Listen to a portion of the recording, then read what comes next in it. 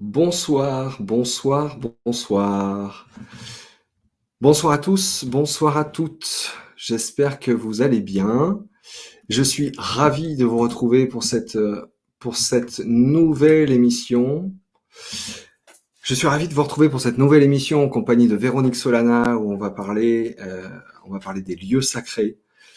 Les lieux sacrés, ces lieux qui nous permettent d'accéder à certains potentiels, qui ont des messages à nous délivrer et de l'aide à nous apporter. Et Véronique donc donne un stage sur les lieux sacrés qu'elle va nous présenter ce soir. Donc on va percer un petit peu les mystères, encore une fois, de l'énergétique selon une approche ésotérique, alchimiste, que connaît bien Véronique. Donc je suis vraiment ravi de l'accueillir sur la chaîne.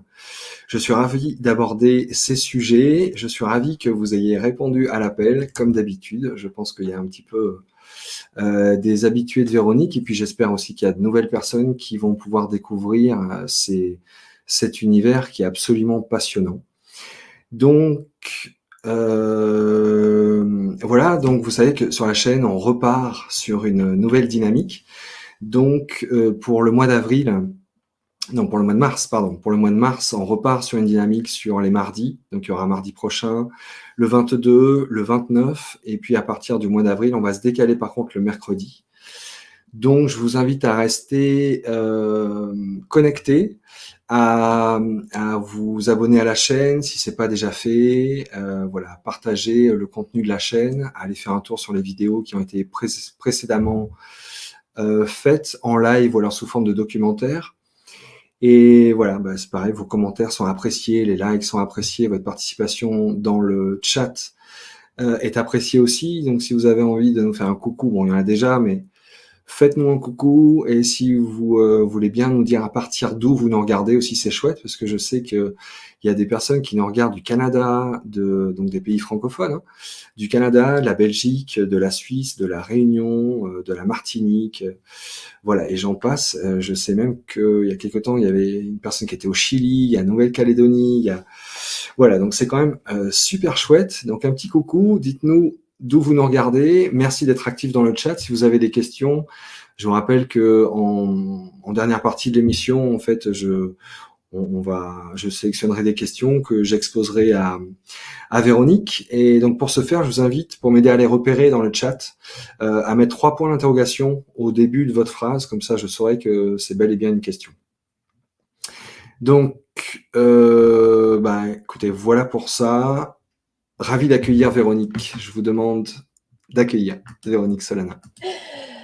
Bonsoir à tout le monde et merci Jocelyn de ton invitation sur ce sujet qui est vraiment quelque chose de super sympa et que toi-même tu as vécu. Donc c'est un bel échange qu'on va pouvoir se faire sur cette expérience.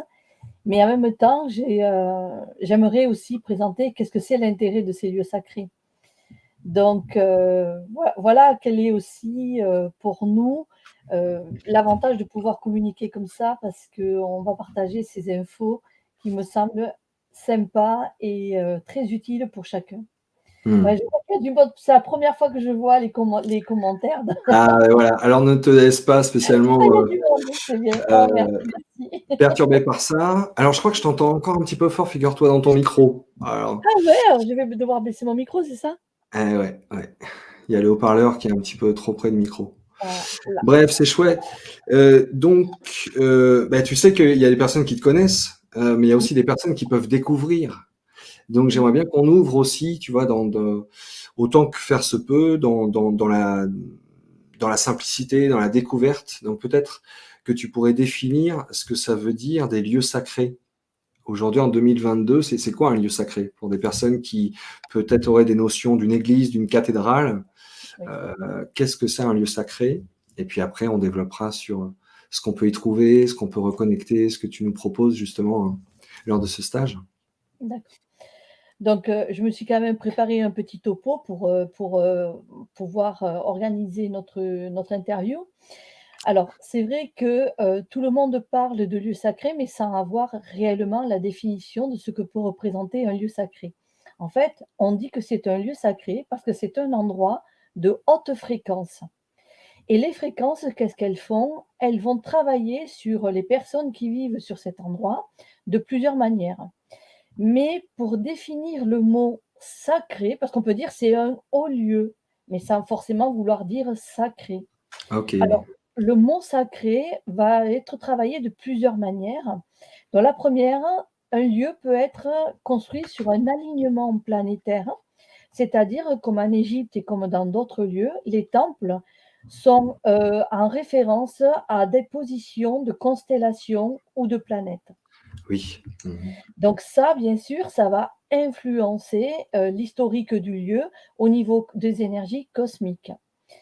Mais un lieu peut être aussi attitré à un réseau de la Terre, c'est-à-dire ce qu'on appelle les réseaux telluriques ou les lignes ley, qui font que c'est par le sous-sol, hein, par le fond de la Terre, que l'endroit est travaillé énergétiquement.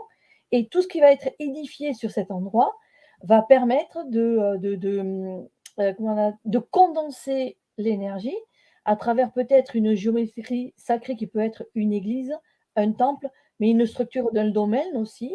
Voilà, donc tout ça, j'expliquerai tout à l'heure. Mhm. Donc ça peut venir aussi offert par la terre en elle-même, que le lieu sera un lieu sacré, mais ça peut être aussi un endroit que les hommes, l'homme, l'humanité, va créer elle-même. Donc, c'est par exemple une prairie qui ne ressemble à rien au départ, mais que les gens vont édifier une chapelle ou un lieu, va en faire un lieu de culte. Et à travers ça, tous les rituels, tout le travail que va amener ces personnes à travers la prière, à travers leur foi, à travers des actes, vont rendre le lieu sacré, vont le mettre en vie. Et ce lieu va être entretenu à chaque fois par toutes ces générations qui vont continuer à faire leur rituel sur l'endroit. Et donc au départ, c'était un lieu simple, mais qui est devenu énergétique par le travail de l'humanité. Et une quatrième chose que personne ou très peu de gens savent, que des lieux peuvent être gardés par les hiérarchies célestes en vue d'une apparition, en vue d'un travail où un initié, c'est-à-dire un être supérieur, va se présenter sur ce lieu et à partir de là, il va y avoir des choses extraordinaires qui vont se produire. Donc un lieu sacré se définit soit parce qu'il y a un alignement cosmique à travers une représentation de galaxies, de cosmos, de planètes sur l'endroit, à la même idée que ce que le ciel devient la Terre et vice-versa. Le lieu peut être naturellement proposé par les chakras de la Terre ou les vortex ou les réseaux et lignes ley, ou le lieu peut être fait, construit par l'homme, comme on fait chez soi, son temple, sa maison, sa demeure. On le construit tout ça chez nous. Donc, ça veut dire que nous sommes en capacité créatrice de mettre un lieu et d'en faire un lieu sacré, mais vraiment en potentiel. C'est une réalité.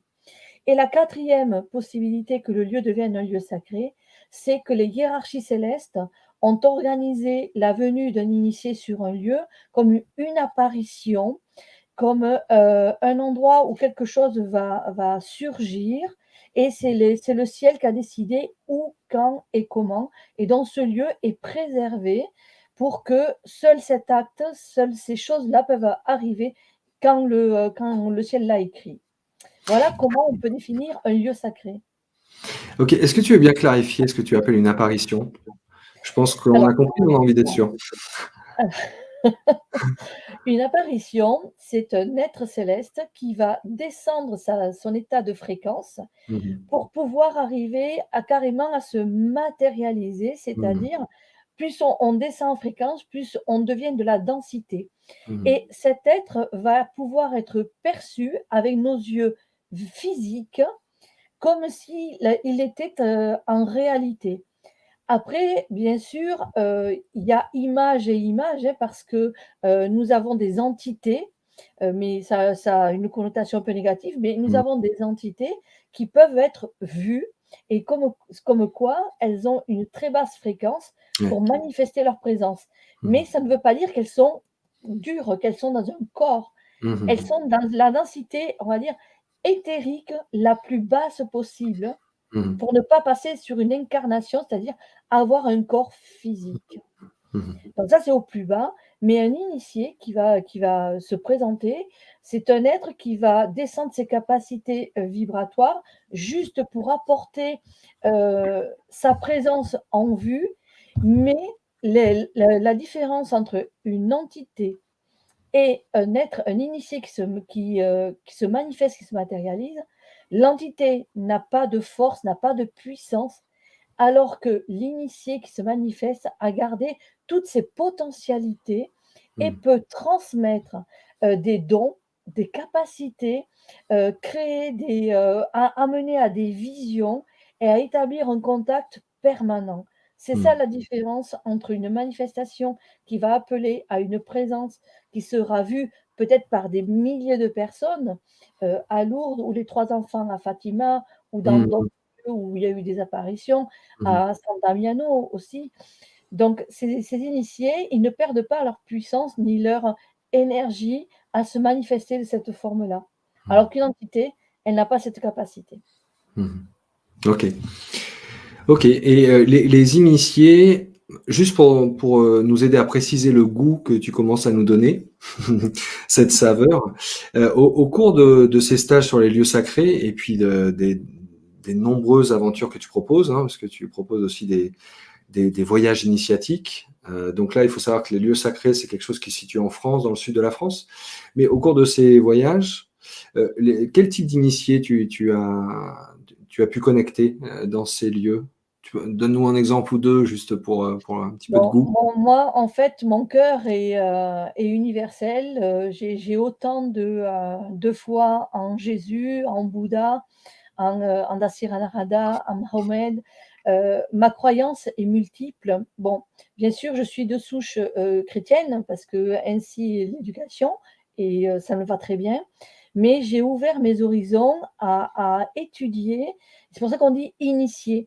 Qui étaient ces êtres de toute culture, de toute civilisation qui sont venus apporter un enseignement? Un enseignement qui sera une base éducative, directive, pour accompagner l'être humain à l'éveil de conscience et au bonheur et à trouver sa stabilité et surtout ce qu'on appelle sa réalisation d'être.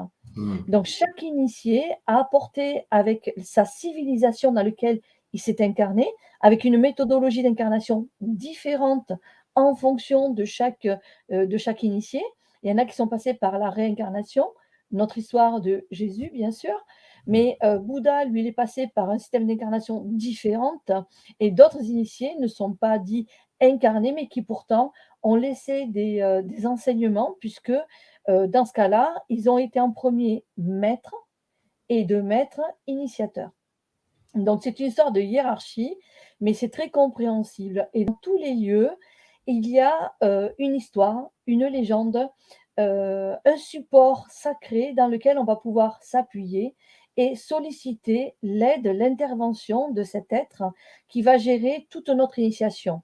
Mais j'entends bien vous dire, on ne parle pas de religion, Mmh. soyons clairs, on est dans la Mmh. spiritualité, dans un langage du sacré et non religieux.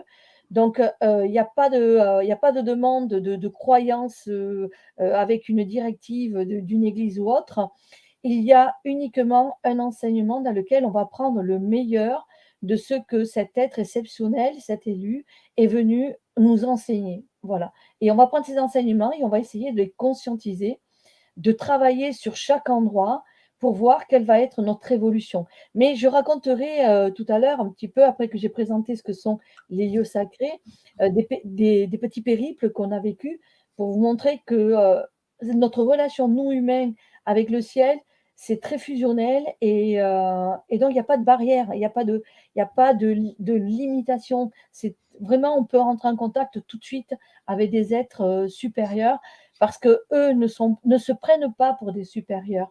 Mais il y a quand même une voie hiérarchique dans la manière de communiquer, dans la manière de parler, même si des fois, tu le sais, pour avoir vécu les lieux sacrés et ma manière de faire, ça semble un peu familier la manière dont je m'introduis dans le ciel, ça n'empêche en rien le respect Mmh. Le respect, le tutoiement n'est pas forcément de rigueur parce que je tutoie pas tout le monde dans le ciel, mais si je le fais, c'est qu'il y a déjà un parcours avec un être parce que j'ai une démarche déjà depuis très longtemps et ce parcours, cette reconnaissance fait que je m'autorise, le fait de cette fraternité, hein. On dit que le ciel, c'est une fraternité. Donc j'ai cette familiarité de fraternité, mais bien sûr avec une juste mesure, hein. Faut pas confondre, hein. Il y a copain et copain. Mmh. Tiens, tu vois, je vois qu'il y a quelqu'un qui nous écrit d'Assouan de l'Égypte. Médat Salem. Regarde, c'est l'Égypte. Je ne sais pas si tu le vois. Oui, oui, oui, oui, un bonsoir envoyé d'Aswan pour Véronique. Ouais, c'est l'Égypte. Assouan, c'est une région, hein. Ah, c'est super. Donc, tout à l'heure, je faisais un coucou. Enfin, je vous demandais de nous faire un coucou pour nous indiquer à partir d'où vous nous regardez. Et là, on a un coucou de l'Égypte. Alors, c'est juste génial. Ouais. Adieu, Et, Véro. et j'ai vu aussi qu'il y avait Gabarret et le Gers. Oui. Ben, Mm. merci à vous tous d'être là, présents pour partager cet échange. Ouais, bonsoir à tous de Limoges. Dis donc, c'est ma ville d'origine. Ça me touche. Alors, avant d'aller plus avant, j'aimerais juste rebondir sur des mots que tu as Oui, utilisés. oui. Parce que moi, j'aime bien partir du principe que je n'y connais rien. Pour les personnes qui découvrent et qui, justement, ne connaissent rien, ils pourraient peut-être avoir eu des notions en cliquant sur lieu sacré, tu sais, de géobiologie, par exemple. Parce que tout à l'heure, tu parlais de réseaux sacrés, enfin, tu parlais de ley lines, tu parlais de vortex et tout ça. Donc, est-ce que au cours de ces lieux sacrés, tu abordes cet aspect de la géobiologie? Est-ce que les géobiologues pourraient, est-ce que c'est Alors, un en fait, complément? en C'est quoi la fait, j'ai différence entre ce que tu vas présenter puis la géobiologie, si tu veux Ouais, comprendre? en fait, j'ai beaucoup formé de géobiologues qui sont Ouais, venus apprendre à étudier les lieux de la manière ésotérique. Comme tu m'as ouais. présenté, c'était absolument juste. Mmh. Ce que je vous amène, c'est à voir les lieux d'une manière vraiment d'aiguiller et déguiser votre regard, vos intuitions, vos perceptions sur ce qu'on appelle les murs éthériques et non les murs de pierre. Donc, Mmh. en fait, tout ce qui est géobiologie, c'est pas du tout de ma partie. Je Mmh. ne vous apprends pas à détecter ni un réseau, ni à l'identifier. Ça, c'est géobiologie, c'est net, c'est clair, c'est l'histoire de la Terre. Mmh. Moi, c'est ce que les anciens, les confréries, les bâtisseurs ont mis en place tous ces réseaux énergétiques. Je vous montre comment ces réseaux énergétiques existent, comment ils ont été travaillés, mis en place et comment nous, maintenant, on peut, à notre niveau, en bénéficier et déterminer le travail qu'on a à faire, puisque chaque lieu recèle de connaissances et propose une variété de travail sur les endroits. Aucun endroit n'est identique. Toutefois, il n'y a que 3 énergies bien précises.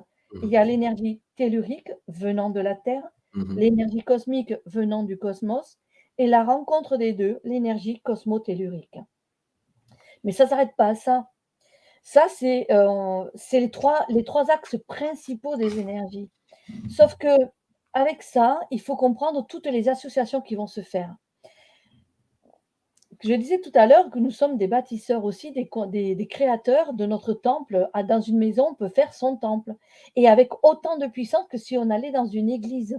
D'accord? Pourquoi? Mmh. Mmh. Parce que, nous avons une capacité de pouvoir, quand on a la connaissance évidemment, faire des associations énergétiques qui vont monter une fréquence et si on est vraiment doué, on va permettre que cette fréquence se stabilise, devienne un centre, condensé d'énergie et dans lequel à chaque fois qu'on rentrera dans ce centre ou dans cette pièce, bien évidemment, beh, on trouvera à Mmh. l'identique les structures et toutes les phases adéquates à pouvoir dire: «Ici, je peux travailler, le domaine sacré».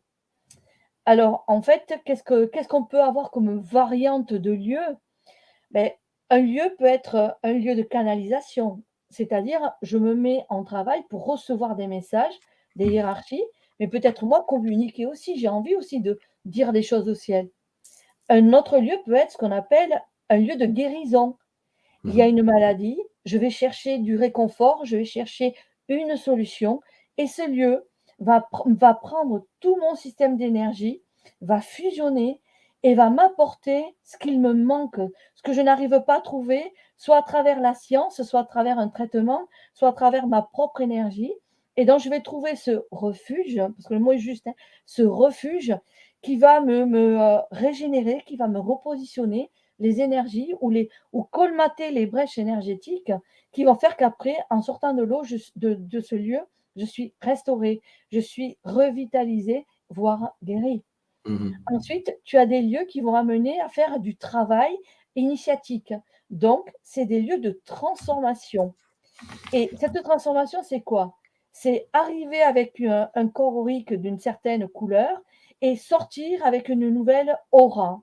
Donc, une aura, c'est une émanation énergétique qui est notre système électromagnétique, qui fait notre radiance, qui fait ce que nous sommes.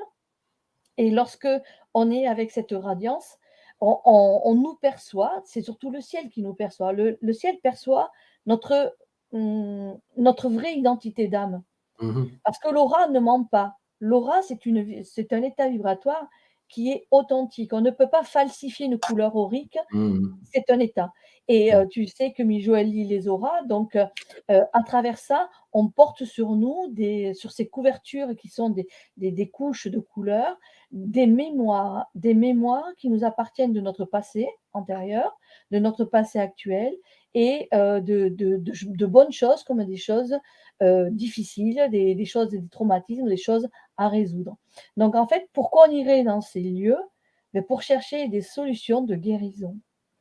Mais j'en étais, pardon, au travail initiatique. Le Ouais. travail initiatique, c'est pouvoir changer, changer des choses qu'on n'arrive pas à le faire par nous-mêmes. Donc on va demander au lieu de nous impacter, de nous amener un champ d'expérience qui va nous booster, qui va nous éveiller, qui va nous transporter, nous transmuter.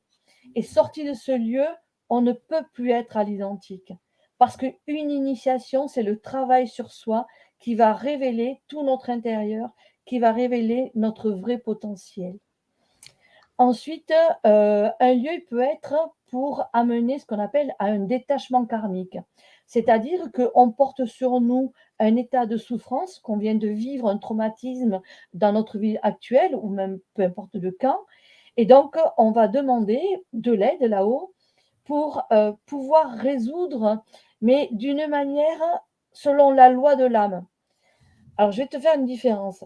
Tu as la guérison, qui peut être une guérison spontanée, une guérison miraculeuse, mais une guérison sollicitée, demandée par un travail que l'on fait à travers une prière, à travers l'appel d'un ange, à travers l'appel d'un initié. On va demander que vraiment on soit guéri.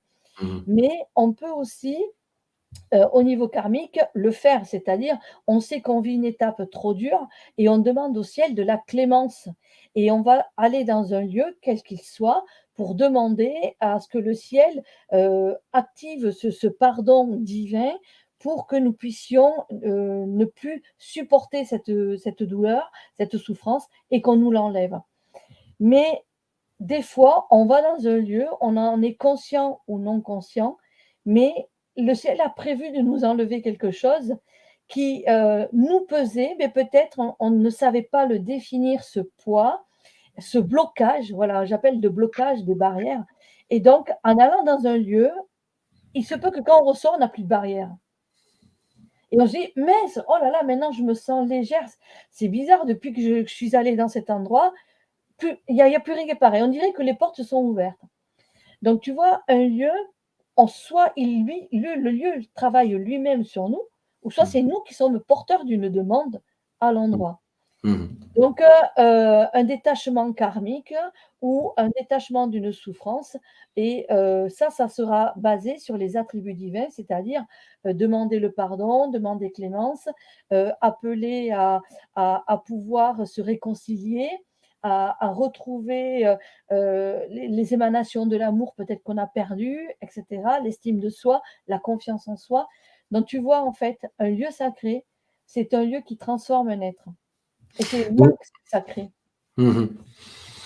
Tu parlais de se réconcilier, ça peut être intéressant parce que tout ce qui est de l'ordre du conflit, ça concerne, je pense, pas mal d'entre nous. Ça veut dire quoi réconcilier? Se réconcilier avec son âme, avec son passé, ou alors avec des personnes de notre entourage? Est-ce que les lieux sacrés, dans ces espaces de guérison, de détachement karmique, peuvent nous aider à avoir une influence qui soit bénéfique sur nos relations dans cette incarnation-là? Est-ce que c'est ça que tu Parfaitement. voulais dire par notion de Oui, oui. conflit relationnel? Parfaitement. Tout conflit, qu'il soit, à travers une personne, à travers, même une situation ou un conflit face à soi-même peut Ouais, être résolu. Parce mmh. qu'un conflit amène la paix. Mmh. Donc forcément, on ne peut pas rester en conflit. On va Mmh. chercher une résolution, on va Mmh. chercher la paix. Qu'elle soit apportée par un système énergétique qui est un lieu ou par un thérapeute, pourquoi pas Mmh. aussi, c'est Mmh mh. un thérapeute, il fait ça aussi, hein, ou Mmh. par rapport à sa propre son propre travail intérieur, sa démarche personnelle. Pourquoi les gens ils s'engagent dans une démarche personnelle? Beh, pour retrouver la réconciliation, Mmh mh. déjà face à eux-mêmes et après face à l'entourage, face à tout ce qu'ils vivent. Donc oui, c'est, les lieux, ça amène tout ça, quel que soit le conflit, c'est un refuge et on trouvera des solutions dans ce refuge. Mmh. Alors tu sais, j'ai parlé qu'on parle d'édifices genre géométrie sacrée, qui sont ce qu'on appelle les grands frères, qui ont utilisé pour qu'un lieu perdure dans son système d'énergie, il y a un secret. En fait, Tu vas tout nous le donner l'exemple. là? Oh, oh, oh, écoutez bien, ouvrez grand les oreilles. Il y a un secret, mais que vous savez, mais que vous ne doutez pas que vous le savez. En Ouais. fait, pour qu'un lieu se maintienne, perdure comme ont fait les hiérarchies quand ils veulent travailler un lieu et le maintenir, pour qu'il y ait une arrivée, spéciale d'une apparition, pour que ce lieu soit maintenu en l'état et stabilisé, il faut construire sur la base du nombre d'or. Et c'est ça le Mmh. secret. Et les Mmh. bâtisseurs utilisaient Ouais. ce nombre d'or, qui est une référence qui maintient les édifices, les châteaux, qui maintient les églises, les cathédrales. Pourquoi elles ont duré des millénaires alors que la terre a bougé, alors qu'il y a Mmh. eu des cataclysmes et pourtant les pierres et les lieux restent en l'état. Il y a une explication et c'était pas avec du ciment évidemment, d'accord? Mmh. Mmh. C'est parce que c'est les réseaux énergétiques qui Mmh. tient ces édifices et même s'il y a du mouvement, les pierres ne se décrochent pas, elles tiennent. Et c'est de là qu'on a actuellement tous ces vestiges, tous ces domaines extraordinaires qui font que ça a été préservé parce que ça a été construit, bâti sur la science sacrée, qui est le nombre d'or et Mmh. d'autres secrets, entre autres. Oh. Mais il faut aussi que je te parle qu'il y a des lieux sacrés, c'est des grottes. En fait, l'homme n'a rien à voir, l'être humain. C'est la nature qui propose, comme je t'ai dit, il y a une possibilité que c'est la nature qui propose les endroits et Et les oui, grottes. oui, oui, Voilà. je me souviens Alors, de celle-ci, oui. ah, j'en vois une qui va me miauler. Il y a Catalia qui va me miauler la porte ouverte.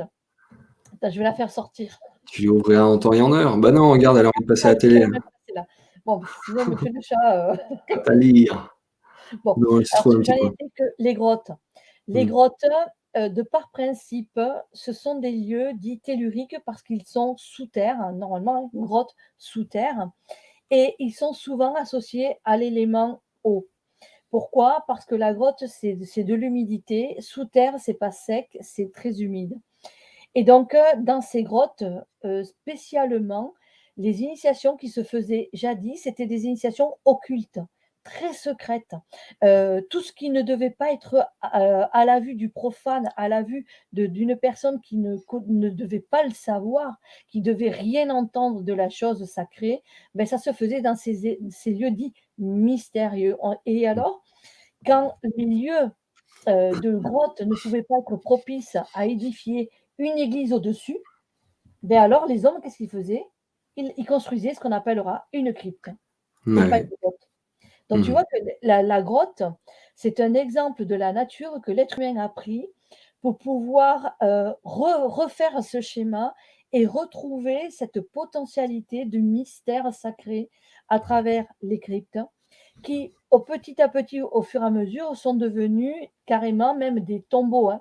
En fait, il y a des cryptes dans lesquelles ont été enterrés, surtout, dans les églises, des pontes, des gens qui ont aussi, participé principalement à édifier la cathédrale, ont mis des sous, donc ont acheté leur lieu, d'enterrement et donc on les retrouve, dans les cryptes, sous les églises et cetera. Mais parce que pour eux, c'était précieux, parce que tout est précieux, la vie après la mort, c'est-à-dire l'histoire de l'âme, c'est vraiment très précieux et l'histoire du corps, pourquoi? Parce qu'on a su retrouver des reliques.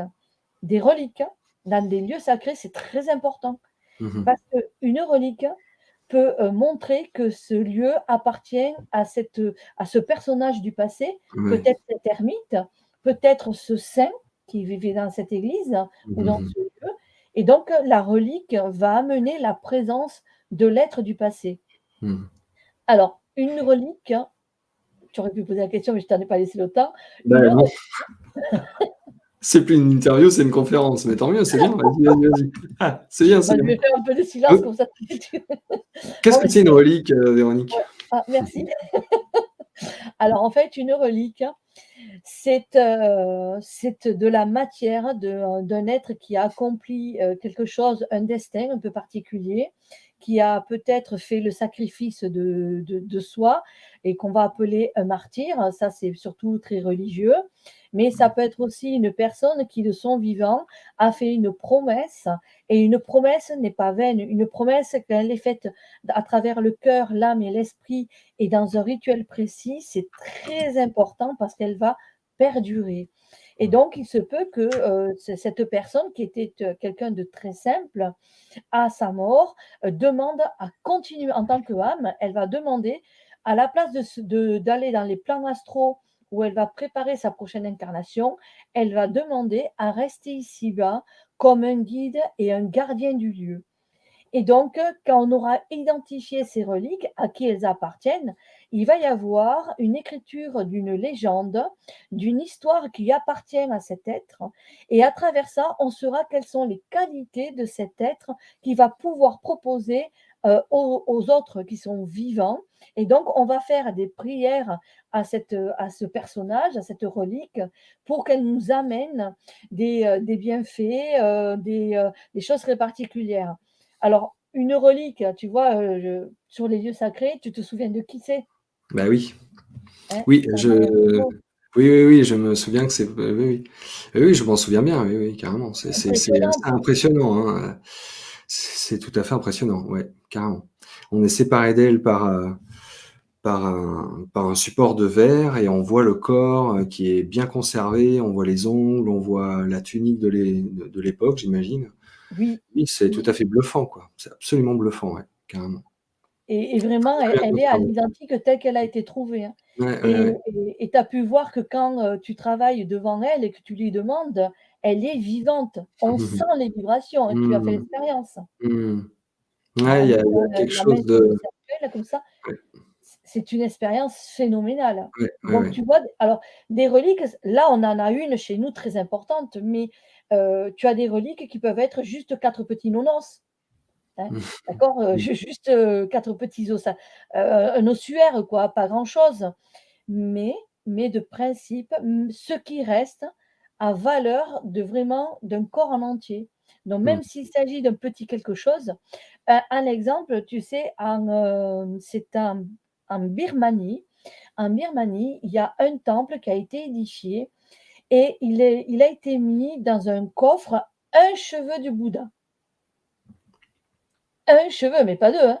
Un cheveu du Bouddha a été mis dans un coffre et à travers ce coffre, ils ont bâti tout un temple d'or, hein, un temple d'or pour un cheveu du Bouddha qui est considéré comme une relique extrêmement vivante, potentielle et représentative de la présence de Bouddha. Et ce lieu est devenu un lieu de culte où tous les bouddhistes du monde doivent se rendre pour faire honneur à leur culture bouddhiste. Mmh.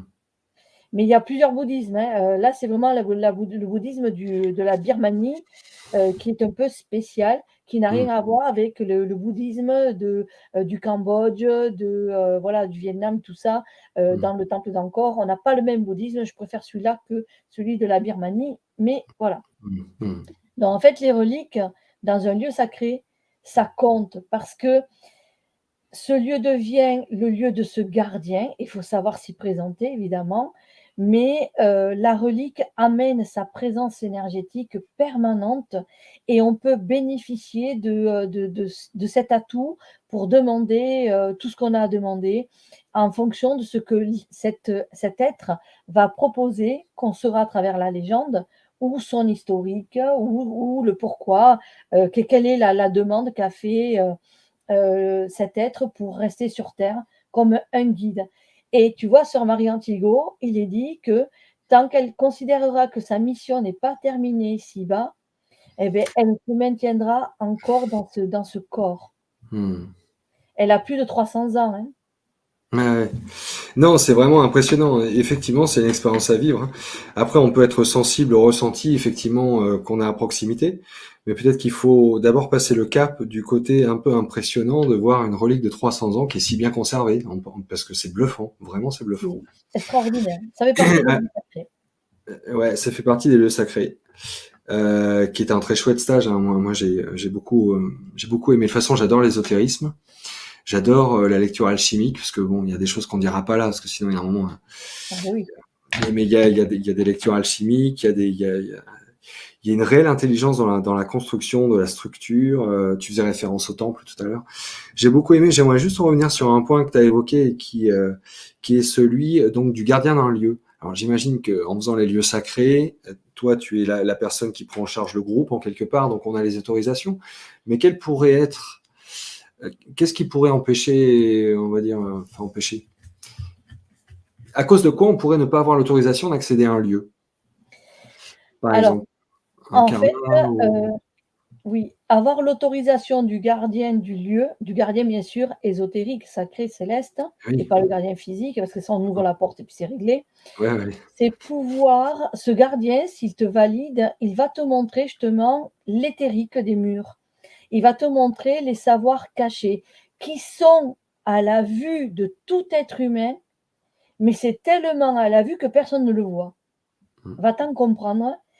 C'est c'est c'est c'est comme une peinture. Tu sais que tu es devant une peinture, mais tu ne ressens rien de cette peinture parce que tu n'as pas l'autorisation, donc tu ne ressens rien. Tu dis: «Oui, bah, oh, c'est de la pierre. Ah oui, c'est du dessin». Sauf que quand tu as l'autorisation du gardien, il va te montrer les intérieurs, il va te montrer le relief, il va te montrer les détails importants que tu dois prendre parce que ce seront ces détails qui fait ton initiation, l'enseignement que tu dois comprendre, l'éveil de conscience que tu vas en retirer. mhm. Donc en fait, c'est très intéressant qu'un gardien du lieu vous adopte ou vous accepte parce qu'il va vous montrer comment rentrer dans le lieu. Par intuition, il va vous guider à faire, une démarche que les autres ne font pas. Mhm. Il va vous stopper sur un endroit que pour tout le monde ça semble anodin, mais que pour vous, clac, c'est là où c'est le centre, le cœur de l'énergie du temple. Mhm. Il va vous révéler ces indications. Mhm. Mais il y a une deuxième possibilité de pourquoi un lieu ne pourrait ne pas, entre guillemets, «nous accepter», c'est parce que peut-être on a un vécu, parce que nous avons une grande histoire sur l'humanité Ouais. et nous avons des moments où il y a eu des choses très chaotiques, et il se peut que dans on rentre dans un endroit, quel qu'il soit et on a un ressenti, mais une pression, peut-être de la migraine, de la nausée, du froid, et on n'a pas envie de rentrer dans cet endroit, comme si on nous refoulait et on nous voulait pas. Mhm. Donc il se peut que nous ayons une vie antérieure traumatique à l'endroit et donc, dès qu'on va s'approcher, on va avoir cette mémoire qui se remet en place et donc tout de suite, évidemment, on ne veut pas rentrer. Sauf que c'est super dommage parce que, peut-être c'était pour ça que tu voulais aller dans ce voyage et peut-être aussi c'est un travail sur toi qui doit être fait pour pouvoir transcender ce traumatisme et après ouvrir et passer à autre chose. Je Mmh. voudrais juste sauter sur l'occasion pour raconter une petite histoire. Ah, vas-y, on Heu, attend.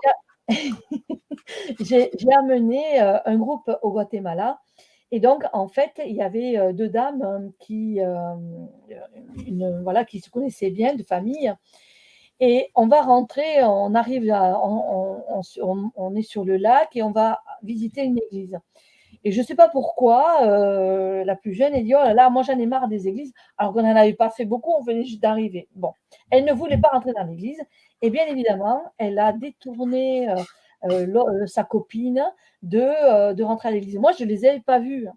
Donc en fait, les deux Zoulous là, elles se carapatent là, elles s'en vont, elles vont faire leur petit marché, elles achètent tout ce qu'elles veulent et nous, pendant ce temps, nous sommes rentrés dans l'église et là, le ciel, tu sais, il parle immédiatement. Et en initiation, même en voyage d'initiatique comme dans les lieux sacrés, j'ai des trames de travail et je sais ce que je vais vous faire faire.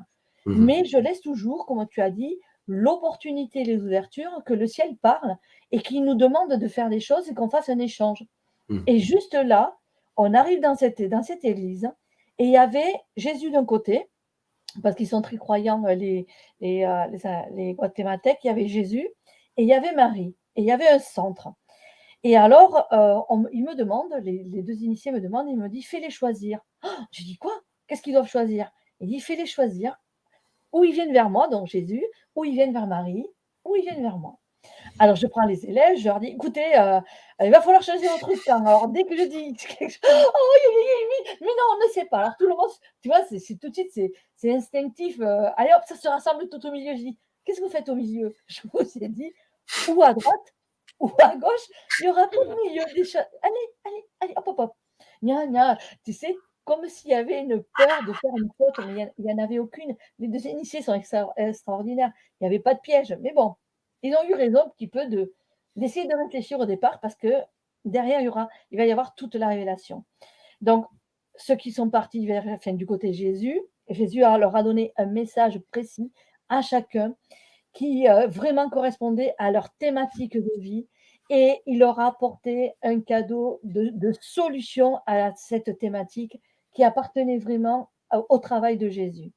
Et de l'autre côté, tout ce qui était avec la Vierge Marie, avec les Maries, c'était de l'ordre de résolution Jésus, c'était de l'ordre individuel. C'était des gens qui avaient des soucis par rapport à eux-mêmes et aux relations envers les autres, Mmh. peut-être même professionnelles. Et d'un autre côté, il y avait les maris qui, eux, étaient en relation sur des étapes karmiques, familiales, avec des dualités, des choses conflictuelles, relationnelles à la famille, etc. Et elle leur a solutionné tout ça. Mais ça a Mmh. été immédiat. Bon, on sort, on va sur les embarcations, le guide il me dit: «Il m'en manque 2». Je dis: «Comment il en manque 2?» Je dis: «C'est pas possible, on s'est suivis tous, non, c'est pas possible». Et C'était alors les une fois que fameux les 2 Zoulous. arrivés, j'ai dit: «Ah mais c'est pas vrai, mais c'est pas vrai». Bon, elles montent au bateau, toutes contentes de leurs achats. Je dis: «Ça va, vous êtes, super contentes?» Elle dit: «Oui, oui, oui, oh tu sais, nous les églises». J'ai dit: «Eh beh, qu'à cela ne tienne, je vais juste vous raconter quelque chose». Et en fin de compte, je leur raconte ce qui s'est passé. Et la dame qui a été influencée par la plus jeune, elle a regardé, elle a dit: «Mais j'étais venue sur ce voyage pour ça, pour uniquement ça, cette étape-là, et tu me l'as fait louper». Je l'ai regardée, j'ai dit: «Non, non, tu as choisi d'être influencée, c'est pas la même histoire. Quel était ton intérêt?» De toute façon, des courses, on en aurait fait, vous le savez très bien qu'on aurait été achetés. Pourquoi vous avez passé votre besoin matériel, humain et votre désir avant le sacré? Ben voilà, la punition, elle est claire. On ne reviendra pas et vous ne retrouverez pas cette opportunité, je vous le dis tout net. Et c'est ainsi que ce fut. Mais franchement, c'était exactement, et moi je ne sais pas ce que les gens ils viennent chercher dans mes voyages. Chacun nous avons, un travail qu'on veut faire et juste elle a vraiment témoigné, elle dit: «Mais c'était ça que je suis venue chercher». Mmh.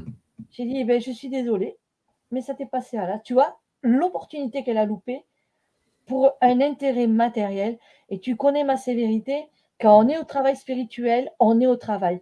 Quand on est dans le business et acheter, on va, on achète et là chacun pour soi, comme on dit, et Dieu pour tous, pour faire ce qu'on a à faire. Mais dans Mmh. le travail, non. C'est ici et maintenant et on est attentif, on fait attention parce qu'on ne dérange pas le ciel. On ne prétend pas appeler le ciel et nous tourner le dos pour des intérêts humains. Qu'est-ce que ça veut dire, quoi? Et moi, franchement, quand le ciel est là, je dis attention, déjà à ce que vous dites, ce que vous faites, parce que là, on est regardé par des hiérarchies, par des êtres supérieurs et on doit se montrer dans cette capacité de ce travail sacré, de ce respect, de cette dignité qu'on doit apporter, de vouloir changer, de vouloir communiquer avec le ciel. Et pas de leur tourner le dos parce qu'on a faim, parce qu'on a envie d'acheter. Alors ils sont là. Excusez-nous, on arrive dans 5 minutes. Est-ce que vous pouvez attendre? Tu imagines? Ah non, mais on croit rêver. Par moment, ça a tombé à la renverse. Hein. Mmh. Ben ouais, hein. Après, peut-être qu'il y a des personnes qui apprennent un peu et qui voient pas encore, enfin qui font, ouais, qui mesurent pas encore la dimension spirituelle, la dimension d'être dans la présence, dans l'écoute, tu vois, de ces stages-là, quoi. Donc ça leur permet de l'apprendre. Et s'ils faisaient le stage une deuxième fois, ils auraient certainement une autre approche. C'est aussi, Ils auraient une c'est aussi en maturité. ça que, ouais, c'est ça, c'est aussi en ça que tu les enseignes, hein, de par ton approche, de par cette sensibilité-là. Tu parlais d'une sévérité tout à l'heure, non, je trouve que le mot il est un peu fort, c'est vrai que tu as un caractère trempé, mais c'est surtout que tu proposes un cadre en fait, Mm. tu vois, parce que c'est un univers, c'est une approche quand même assez particulière quand on le découvre. Donc c'est vrai que tu proposes un cadre, un petit peu comme un père et une mère en fait proposeraient un cadre, on va dire, aux enfants pour pas qu'ils débordent, tu vois, dans certains contextes. Donc tu chapeautes. Voilà. Bon, c'est pas sévère, hein. Donc ne vous fiez pas à cette remarque. J'ai juste envie de. Bon, alors il y a une question de Manouche Bzz. Oui. De Manouche Bzz. Je comprends pas. Si vous pouviez la réécrire avec à la place des 3 points de suspension le mot, parce que si on est censé deviner, je ne comprends pas. Et il y a un petit mot de Medat Salem qui dit j'aimerais que vous passiez une fois par l'Égypte et spécialement à Aswan, accompagné avec vos élèves et Jocelyn pour faire une émission.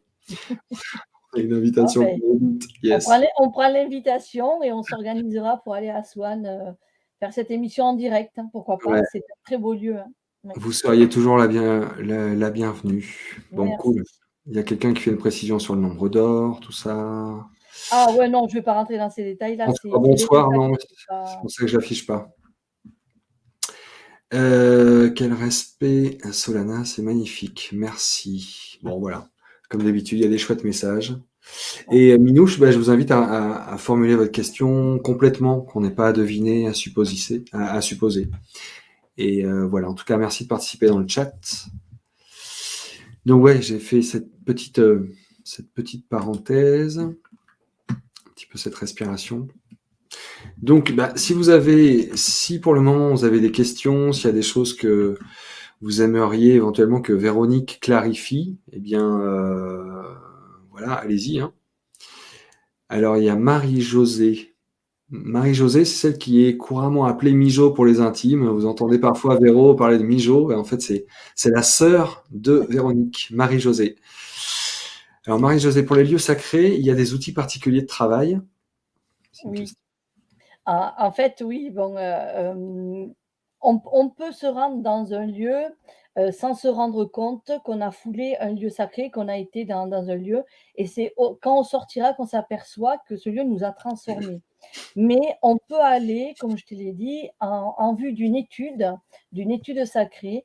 Et moi, j'ai eu l'opportunité de pouvoir travailler célestement parlant avec Albert Einstein, avec Pythagore et des maîtres kabbalistiques. Mais je dis pourquoi mes deux chouchous, entre guillemets, parce que je travaille beaucoup sur la géométrie sacrée, avec même des maquettes radioniques. Et dans les vibrateliers, nous ont suivis sur des maquettes de travail qui m'ont été inspirées par ce travail pour que ces énergies se mettent en mouvement pour la transformation du thème qu'on avait à chaque fois mis en place. Donc, sur les lieux sacrés, on travaille avec les solides de Platon. Donc, bien sûr, Platon aussi. Hein. Et donc, ces 5 éléments, ces 5 structures sacrées, j'ai mis en place une technique qu'ils m'ont dévoilée pour pouvoir justement s'ajuster à des lieux. Et on en était que pourquoi on ne pourrait être refoulé par un lieu ou ne pas se sentir bien dans un lieu. Donc on l'a dit, soit c'est parce qu'on ne s'est pas présenté au gardien et donc il nous dit hop, hop, hop, tu rentreras pas, ou voilà, tu verras que des murs et puis moi je te dis rien. Mais d'un autre côté, ça peut être un lieu dans lequel on a eu une souffrance et donc il faut vraiment passer au-delà, mais c'est pas évident. Et donc, grâce à la technique qu'ils m'ont appris, tu l'as bien vu toi-même, on va se réaligner à l'endroit. Alors, c'est par les 5 éléments que le travail est fait pour pouvoir que cette énergie dite négative ou cette émotion d'être refoulé, de ne pas être bienvenu, est rachetée ou enlevée ou travaillée ou transcendée pour pouvoir visiter enfin le lieu en toute sérénité et bénéficier de tout ce qu'il a à apporter.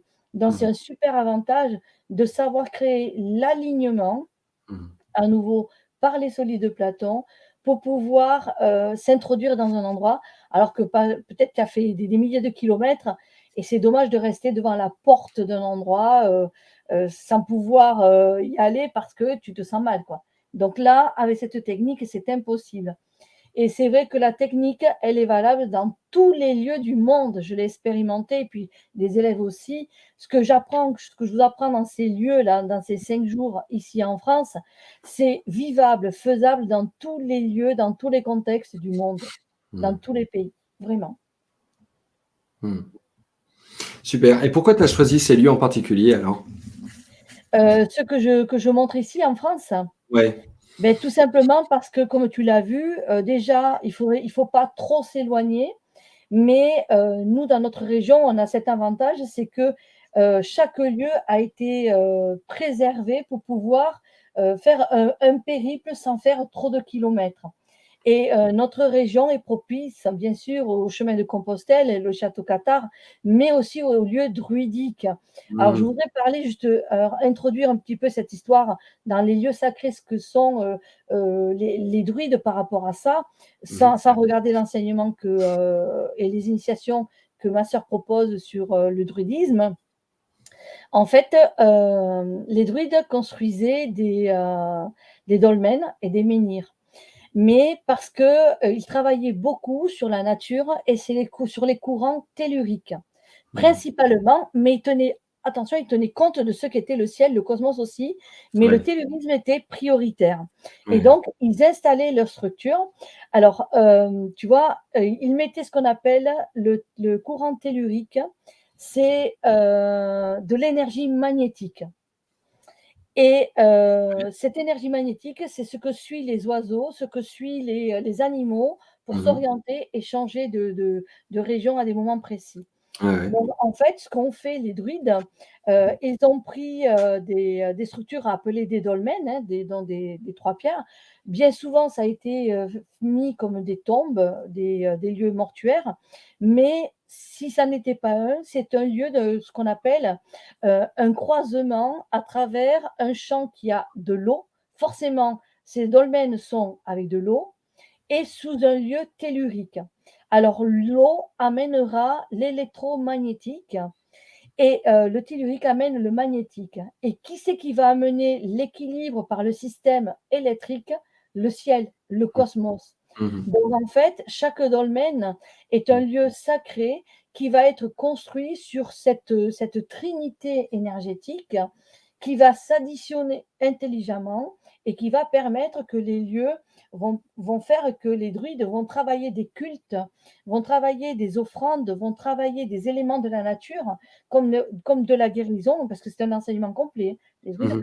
de la guérison, comme de l'éveil, comme des canalisations, des demandes à Odin, au ciel, etc. Mmh. Et lorsqu'ils mettaient des menhirs, les menhirs, c'est juste une pierre. En fait, ils créent un réseau, ils orientent le système énergétique parce que là, ils veulent travailler sur le terrain, ils veulent travailler la terre. Et à travers on va dire, ce maniement de ce réseau, ils vont pouvoir amener un lieu à de la fertilité, à pouvoir faire des semences spécifiques, Mmh. voire même, je dirais, des lieux où des plantes ne devraient pas pousser et elles vont pousser. Mmh. Donc, je ne vais pas rentrer dans le détail des druides, ça c'est vraiment, Non, autre non, chose. bien sûr. Alors moi, j'ai une Mais question tu vois, les structures, ça a une raison, hein. ouais, ouais, ouais, C'est pas c'est anodin, quoi. génial, c'est génial. Mmh. C'est génial, c'est passionnant. Et selon toi, comment ces druides ils faisaient pour comprendre qu'ici, c'était le lieu pour justement y amener une certaine végétation, ou alors faire opérer une guérison, ou faire un détachement karmique, ou que sais-je. C'était quoi leurs outils qu'ils avaient à cette époque que nous, on n'aurait pas, ou qu'on aurait peut-être perdu, et que peut-être lors du stage, enfin des formations que propose Mijo, on peut retrouver. Mais c'était quoi ce truc? Ils avaient un Il est ressenti, ils avaient une reliance, ils étaient moins Voilà, dans le mental, ils étaient en connivence avec la nature. C'était quoi leur secret? voilà. Ils étaient en relation avec les élémentaux de la nature. Voilà. Alors, un élémental de la nature, par exemple, on définit que, l'élément de l'eau, l'être céleste qui manifeste sa présence d'eau, c'est les ondines. Mhm, Pour l'élément de l'air, ce sont les sylphes. mhm. Et nous avons une technologie extraordinaire qui sont des appareils numériques qui arrivent maintenant à pouvoir prendre Ouais, ces présences de ondines etc. ouais, Et donc, les druides avaient une relation très fusionnelle avec les règnes de la nature, mais qu'on appelle les élémentaux. ouais, ouais. Et ils passaient des nuits, ils faisaient des incantations dans un endroit qu'ils avaient repéré et ils demandaient à travers des images prophétiques, à travers des rêves, à travers des sensations comme de la canalisation, qu'on leur donne preuve que c'était vraiment l'endroit où ils devaient aller. Mais Mhm. même, pas que pour les lieux sacrés, ils faisaient ça aussi pour installer des villages. Ah oui, certainement, Il oui. était évident que l'eau était vitale parce qu'ils installaient les villages comme tout, même comme faisaient les Indiens, Ah là où oui. il y avait de l'eau, parce que c'était la vie.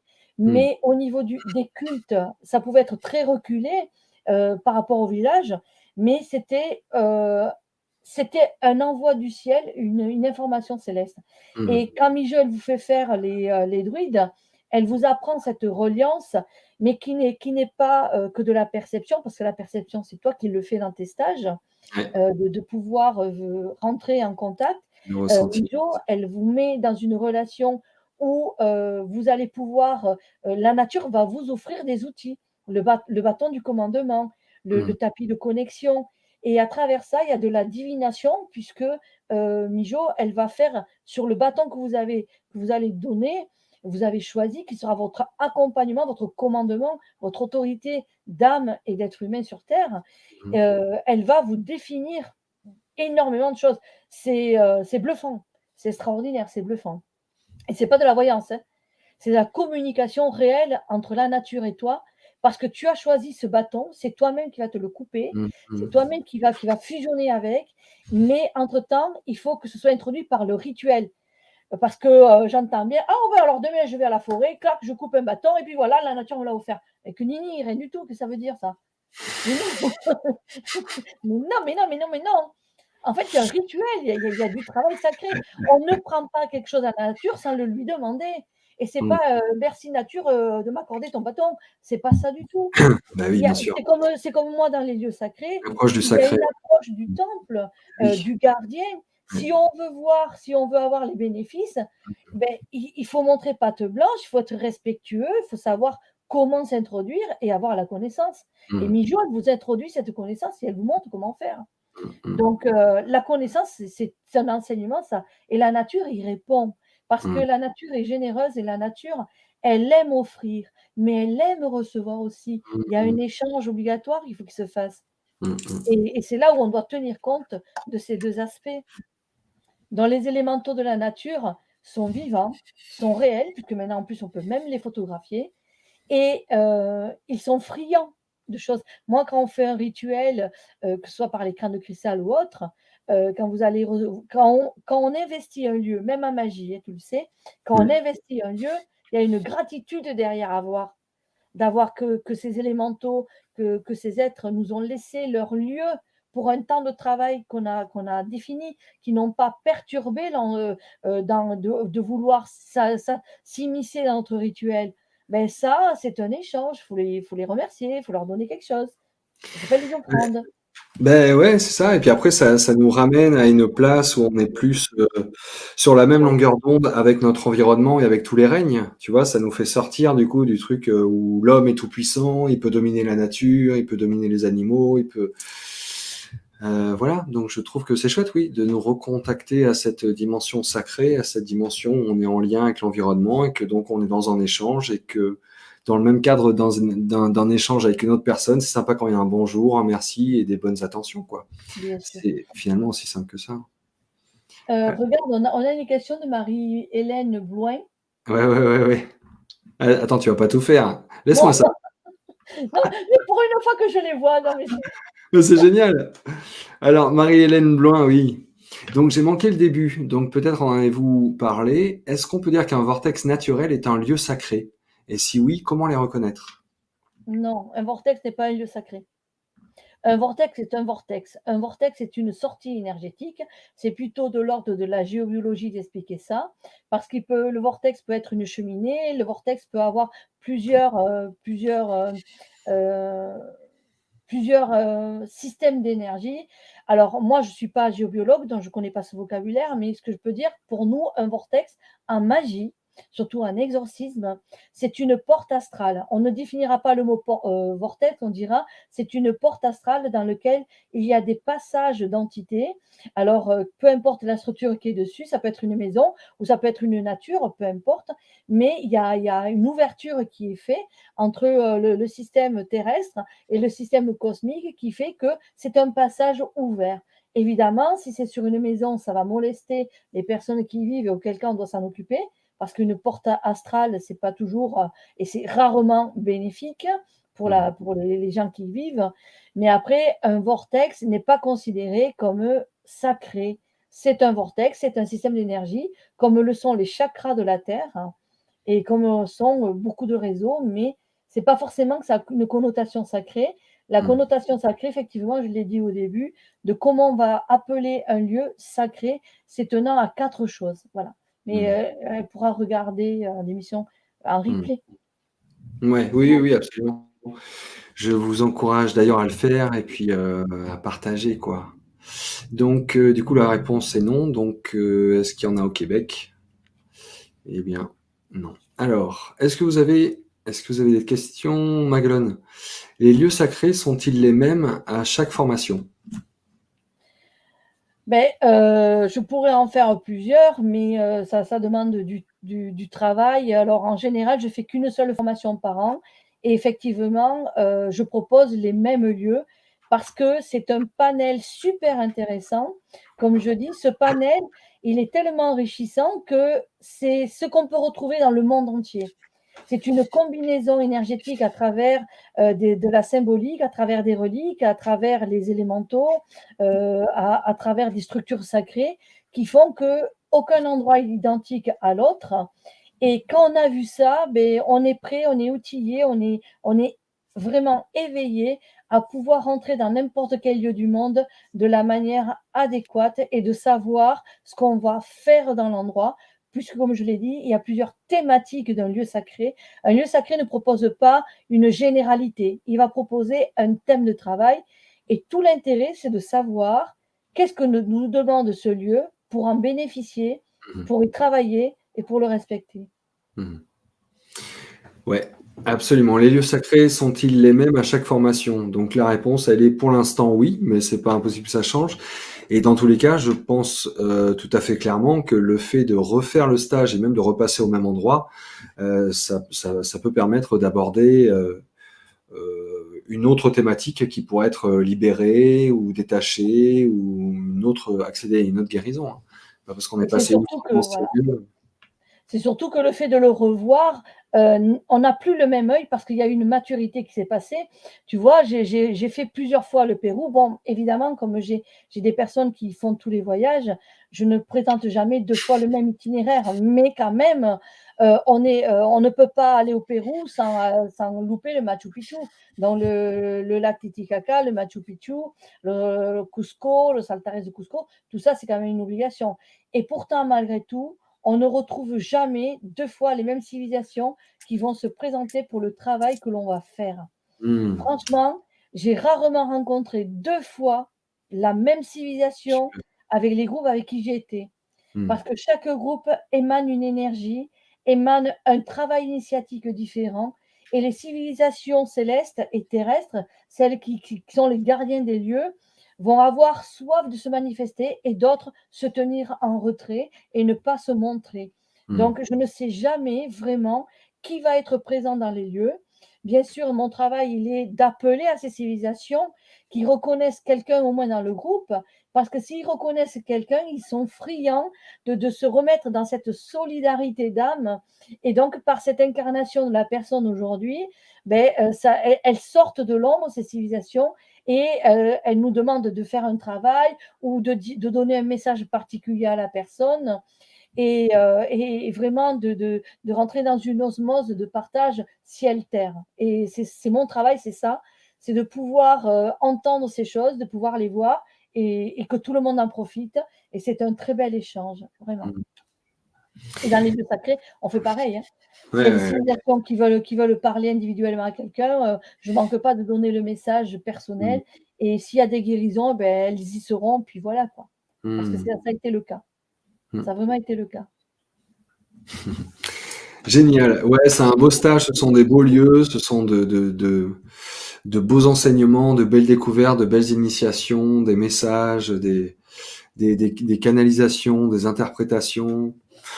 Franchement, je trouve que c'est 5 jours hyper sympathiques. En plus, tu prends un groupe, on va dire, assez restreint. Oui. Voilà, on passe un petit peu de temps dans la voiture, mais c'est hyper convivial parce que du coup, c'est un moment d'échange parce que c'est vrai que tu es assez inépuisable en termes de connaissances. Et comme nous, on est avide de réponses, tu vois, c'est assez génial parce que tu arrives à conduire, tu gères plein de choses en même temps et voilà, on apprend vraiment énormément de choses. Donc, si vous êtes vraiment intéressé par l'ésotérisme, l'énergétique, l'alchimie, découvrir les lieux, et puis vous connecter à quelque chose qui vous dépasse et qui peut débloquer des systèmes, moi, je vous invite vraiment à faire ce stage. Et puis, ça vous permettra, si c'est pas le cas, de découvrir Véronique Solana et Marie-Josée, Mijo pour les intimes, parce qu'elles sont pas très loin l'une de l'autre, jamais. Donc ça peut d'ailleurs faire un couple assez intéressant finalement de faire les lieux sacrés, puis poursuivre sur du druidisme, parce que voilà. D'ailleurs, je sais pas si Mijo ne passerait pas sur la chaîne, qu'on fasse une émission pour qu'elle nous parle Ben de oui, ses plans runiques, ce serait intéressant. oui, oui, oui, Qu'elle pour voir, oui, juste, oui, que ce qu'elle peut, ce qu'elle peut vous introduire à travers les runes et le druidisme, oui. ouais, ce serait Parce que chouette. il y a des définitions, mais Mijo, c'est vraiment le druide intérieur. Donc, Ouais. elle vous révèle votre vraie nature à travers cet enseignement sacré qui était les druides, dont c'est aussi une grande initiation et la révélation de soi. Tu sais, je voudrais aussi, je me le suis marqué parce que je voudrais pas l'oublier. Vas-y, vas-y, vas-y. Depuis quelques années, on a dit que les dragons, il ne fallait pas les appeler parce qu'en fait, nous étions sur un changement énergétique au niveau de l'élément feu. Alors, est-ce que c'est toujours Depuis le cas et pour tous les dragons là? attends, depuis début février, nous sommes rentrés, alors ça, c'est l'astrologie chinoise qui le dit, dans le lion d'eau. C'est-à-dire que l'élément eau a pris position pour gérer, et ça pendant 10 ans, pour gérer la thématique énergétique. Donc maintenant, les dragons ont fait leur digestion. Moi, je leur disais, mais ne les appelez pas parce que ils ont le feu qui actuellement est trop puissant, ils n'arrivent pas à le gérer. Et quand Mmh. tu leur demandes quelque chose, qu'ils le veulent et qu'ils ne le veulent pas, ils vont en donner trop. Et là, vraiment, à la place de rendre service, ça brûle. Mmh. Et une personne qui a été un dragonnier qui s'est fait happer par le feu de son dragon, pas qui se retournait contre lui, mais Mmh. qui a eu une demande et le dragon était dans une indigestion, ça crée de gros problèmes chez la personne Ouais. qui s'est vécu vraiment physiquement, au niveau professionnel, au niveau familial, au niveau de la santé, plein de choses. Mmh. Alors maintenant, j'annonce que les dragons ont fini leur digestion et que les personnes qui travaillent avec les dragons, c'est bon, vous pouvez reprendre votre travail de demande avec les dragons, mais allez-y mollo, ils sont Ouais. encore en convalescence, Ouais, ouais, hein, ouais. de cet élément feu, allez-y avec parcimonie mais ils sont de Bah, retour super. et et ils sont très puissants et vraiment authentiques. Super, Et c'est une très, très très bon bonne nouvelle. c'est un très bon animal, Ouais, il est au top, mais il faut être un dragonnier ou ouais, aussi haut niveau, hein. Faut être à niveau, faut pas faire n'importe quoi, hein. ouais. C'est une très bonne nouvelle. Je fais un clin d'œil à mon ami Alex, que tu connais aussi. Ah oui. Et alors, Lumière Divine by Sandra qui précise que c'était le tigre d'eau et pas le lion d'eau. Effectivement, on est Ah oui, passé dans pardon, le le monde du tigre d'eau. tigre d'eau. Ouais, ouais. Excuse-moi. Ben, on t'en prie, on est toujours là pour. Alors, Mijo, elle posait une question. Peut-il y avoir plusieurs lieux sacrés imbriqués l'un dans l'autre? Merci pour la question. Oui, en fait, c'est une grande esplanade et on le voit, par exemple, quand tu vas, à Palenque. À Palenque, tu as plusieurs centres, de lieux sacrés, c'est-à-dire chaque temple va proposer un itinéraire, va proposer, un travail spécifique temple par temple et quand tu fais Palenque et beh, tu en as pour la journée à faire le périple, à bien regarder chaque endroit. Donc oui, un lieu peut être un condensé de plusieurs systèmes sacrés, mais j'entends bien dire que chaque lieu de ces temples-là n'amène pas la même évolution, n'amène pas le même travail. Ouais, ouais. Ok. Merci pour la réponse. Alors Corinne, salut Corinne. Est-ce que tout le monde a accès à cette initiation ou faut-il déjà avoir suivi des stages avec toi ou Mijo pour y aller? Alors, non, il n'y a pas de prérequis, je prends toute personne de bonne volonté qui a envie de faire cette démarche et de trouver et de voir, ces endroits, magiques parce que vraiment on peut dire le mot magique, hein, parce que, ils sont vivants ces endroits Mmh, et ils nous chamboulent et vraiment il y a un dossier de travail et en fin de ce périple, je vous donne des réponses, qui vous étiez avant et qui vous êtes devenus après avoir rencontré tous ces lieux et c'est une métamorphose, c'est impressionnant, non? mmh. Jocelyn? Ouais, ouais, mais c'est un très très beau parcours, hein. Mais oui, tout ce qu'on apprend au fur et à mesure, et puis de toute façon, il y a un avant et un après, quoi. Ça, c'est sûr. Il y a des transmutations, je sais pas, des phénomènes alchimiques qui se passent, il y a des nettoyages qui se font. Ce sont des choses qu'on peut ressentir en cours, juste après, et surtout qu'on voit se profiler dans notre vie, en fait. Et c'est là que c'est important, finalement. Parce qu'avoir le premier, deuxième chakra qui chatouille, on s'en fiche un peu. On a envie qu'il y ait, tu vois, un retentissement dans notre vie et qu'il y ait une réalité qui change et qui s'adapte, quoi. Voilà. Un déverrouillage, un Un déverrouillage verrouillage. de blocage, de croyances limitatives, voilà, de choses par exemple, dans le dernier, dans la dernière formation, il y avait une dame qui avait vraiment très peur. Très peur parce qu'elle pensait qu'elle n'y arriverait pas. Bon, il faut savoir quand même qu'il y a des personnes qui ont des problèmes physiques et de santé. Après, je fais attention, hein, évidemment.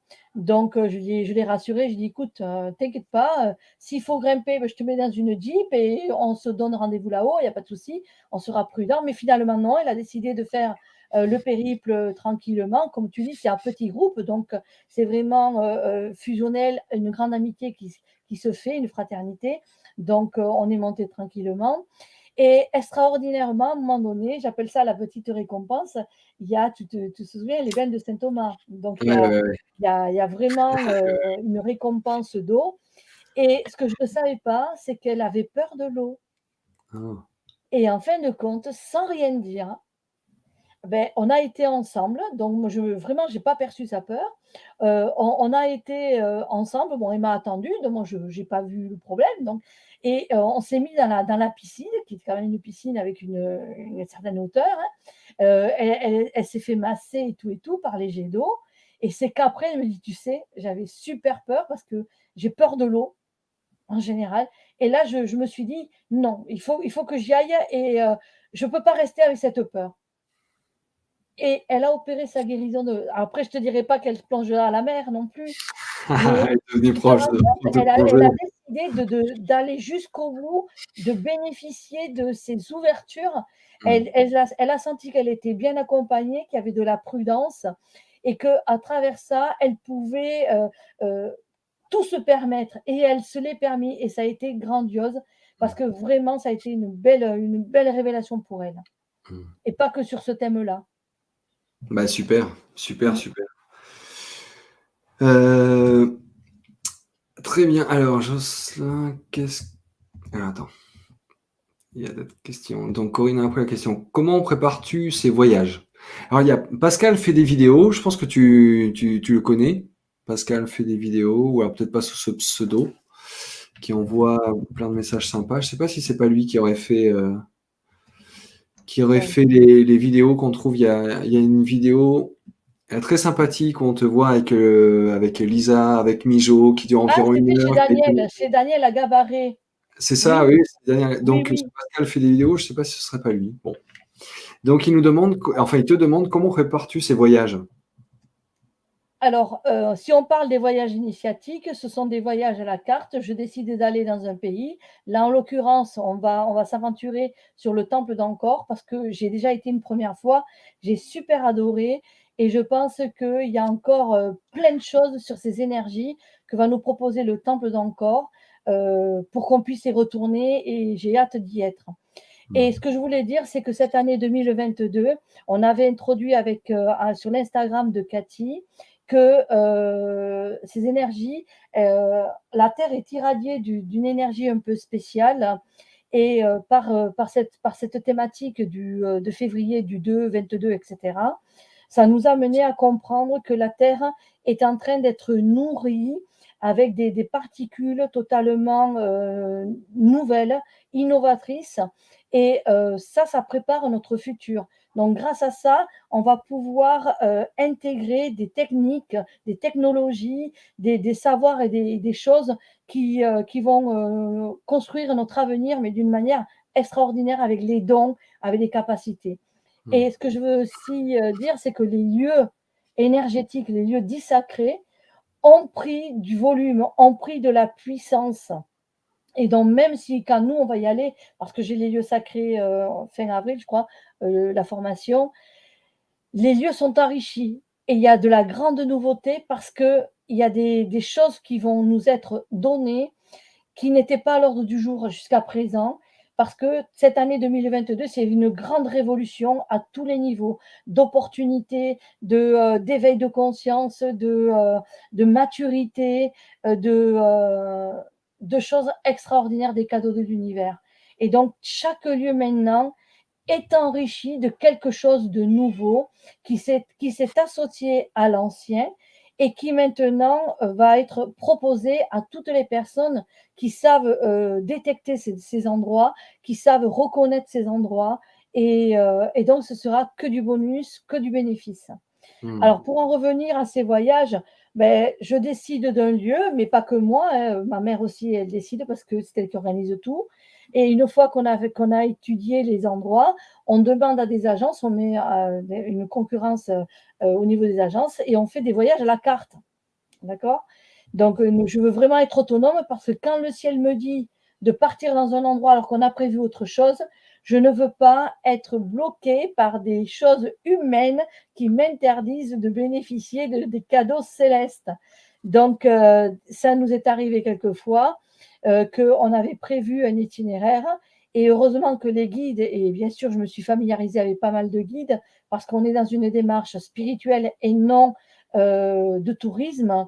Et quand c'est bien entendu, quand c'est apprécié, qu'on leur a montré ce qu'on sait faire et qu'eux-mêmes veulent s'introduire dans ces initiations, comme l'a fait Véronique en Irlande, elle, vraiment, Oui, la c'était guide qui s'appelle Véronique aussi, oui, c'est ça, oui. Véronique aussi. Et en fin de compte, elle est devenue une élève. Et donc, elle voulait absolument. Attends, excuse-moi, sinon ça va jouer de. Allez, passe. C'est pas possible. Donc, en fait, elle a voulu participer, elle a voulu être une élève. Donc, bien sûr, elle nous a guidés dans les endroits, elle a fait son job, elle nous a présenté l'historique et tout et tout. Mais dès qu'on rentrait en phase initiatique, elle a voulu participer. Et souvent, les guides, c'est ce qu'ils font. En départ, ils se mettent en observateur, tant qu'on ne se connaît pas. Hein. Mais après, quand on se connaît, c'est introduit tout de suite. Et mais tout ça pour dire quoi? Oui, que, à un moment donné, quand tu es dans un pays qui mieux que les guides connaissent leur endroit? Et si tu sympathises avec eux et qu'ils voient ta vraie démarche, ça s'est pas affiché au front: «Je suis spirituel, je fais ci, je fais ça». C'est beaucoup secret, hein, c'est beaucoup, caché, mais quand tu arrives vraiment à avoir une particularité, quelque chose, une affinité avec un guide, ben, il ose te montrer des choses où personne ne va et c'est ça qui nous arrive. Donc évidemment, tu comprends que l'itinéraire, on va pas le respecter parce que, le guide nous dit: «Beh, tu sais, on peut passer ça détourne un peu le bus, mais en changeant les horaires du repas et cetera, on peut aller là et tu vas voir, c'est de la bombe» et effectivement, moi, dès qu'on me le propose, je dis: «On y va!» mais tant pis si on fait la diète, je veux pas le savoir. Diète pour tout le monde, mais non, on y va. Parce que ce qui compte, c'est le sacré. Manger, on aura toujours le temps, mais sacré, on n'a pas tout le temps et c'est vrai qu'après, on découvre des endroits extraordinaires. Donc il nous Bah faut ouais, un but génial. concret. Hein. Il faut qu'on soit autonome, qu'on fasse ce qu'on veut, comme on veut. C'est un peu mes caprices, quoi. Mais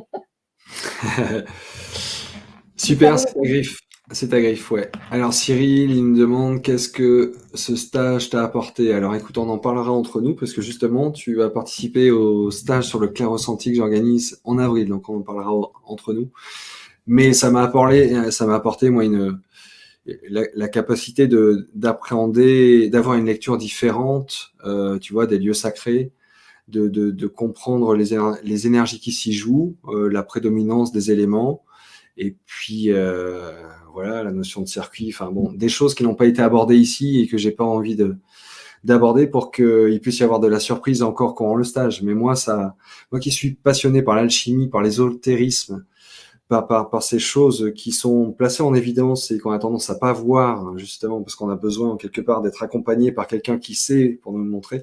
Cette espèce de deuxième lecture, moi, ce sont des choses qui me passionnent. Donc, c'est venu m'apprendre ça. Et forcément, ça m'a appris d'autres choses. Et puis voilà, je pense aussi que ça m'a pas mal aidé dans ma capacité de percevoir les choses, tu sais, cette notion d'ouverture des dons, là, parce que ça m'est arrivé de faire des lectures d'âme et puis que ce soit des choses qui soient relativement faciles à faire, tu vois, de capter, d'avoir des intuitions très fortes, d'avoir, voilà, au niveau des perceptions, alors, il y a des choses qui se sont ouvertes aussi, quoi. Voilà, je sais pas, il faudrait que je prenne un temps pour réfléchir et énumérer, mais ça fait bouger pas mal de choses. Donc c'est ça parmi plein d'autres trucs. Mais je pense que c'est un élément qui est tout à fait porteur dans le développement personnel, dans le développement des capacités. Et puis, si on est fan d'alchimiste et d'ésotérisme, alors là, il faut y aller parce que Véronique, elle s'y connaît grave, quoi. Donc, c'est passionnant. Donc, on en parlera, si tu veux, entre nous, Cyril. Alors, est-ce que ce stage nous permet d'acquérir la capacité à ressentir, à voir, à communiquer ensuite quand on va seul sur un lieu sacré? Alors non, ça c'est toi qui le fais. Toi, tu es dans le stage pour, faire de la perception.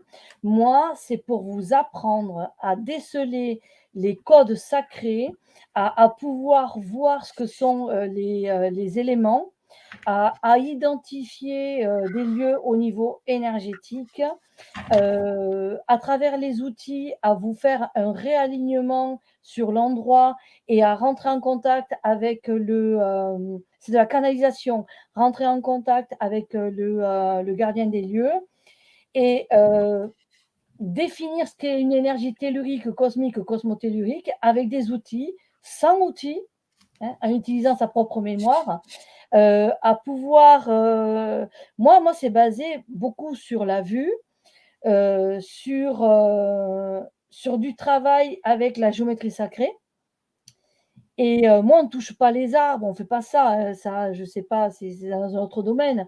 Moi, non, nous, on rentre dans un lieu, je te fais étudier le lieu. C'est quoi la géométrie sacrée? Qu'est-ce que ça va déterminer? Bien sûr, tu vas pas le deviner. Il y a un dossier de travail qui dit: «Bon, ben voilà, telle structure veut dire telle entrée, quel est l'initié qui gère le lieu? Qu'est-ce Mmh. que tu peux faire comme travail?»